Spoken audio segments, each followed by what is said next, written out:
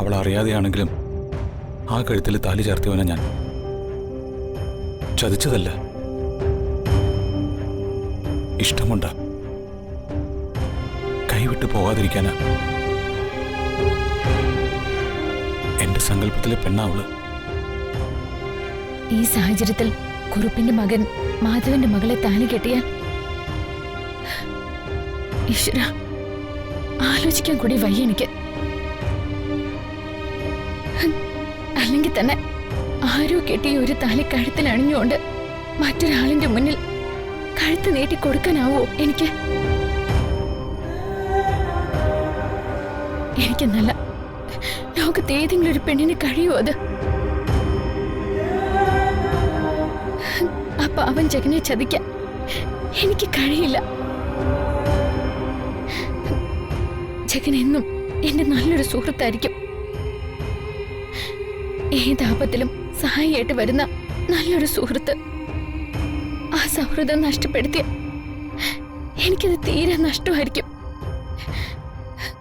ജഗൻ എന്ന സുഹൃത്തിന്റെ സ്ഥാനത്ത് പകരം വെക്കാൻ ഇനി ഒരിക്കലും ഒരാളും കിട്ടില്ല എനിക്ക്. അന്തന മനസ്സുകൊണ്ട് അവനെ ശപിച്ചുകൊണ്ടിരിക്കുക. ഇനി ആ താലി കിട്ടിയത് ഞാനാണെന്ന് പറഞ്ഞാലും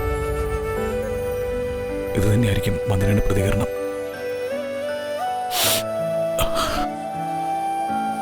ഇതുപോലൊരു പരീക്ഷണം ആരുടെ ജീവിതത്തിലും ഉണ്ടാവില്ല. എല്ലാ പ്രതീക്ഷകളും തകർന്നു പോയല്ലോ ദൈവമേ.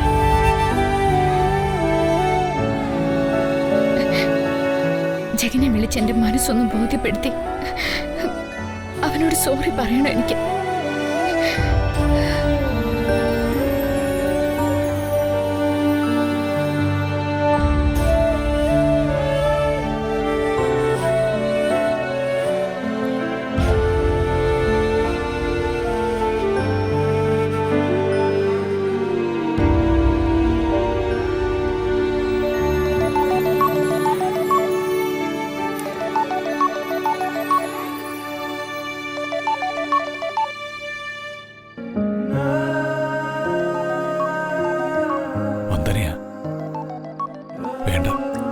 ദേഷ്യം തീർന്നിട്ടുണ്ടാവില്ല.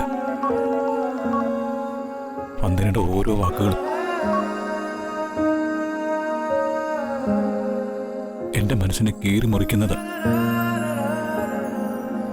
ഇനിയും അതൊന്നും കേൾക്കാൻ വയ്യ എനിക്ക്.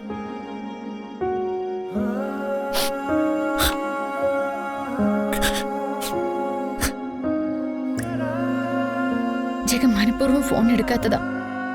ഇന്നലെ വരെ എന്റെ നമ്പർ കണ്ട പെട്ടെന്ന് അറ്റൻഡ് ചെയ്യുന്ന ആളായിരുന്നു. ദേവി, നല്ലൊരു സുഹൃത്തിനെ നഷ്ടപ്പെട്ടു. എല്ലാത്തിനും കാരണം എന്റെ കഴുത്തിൽ കിടക്കുന്ന ഈ നശിച്ച താലിയ. ഈ താലി കെട്ടി എന്റെ ജീവിതം നശിപ്പിച്ചവൻ ആരായാലും നരകിക്കും.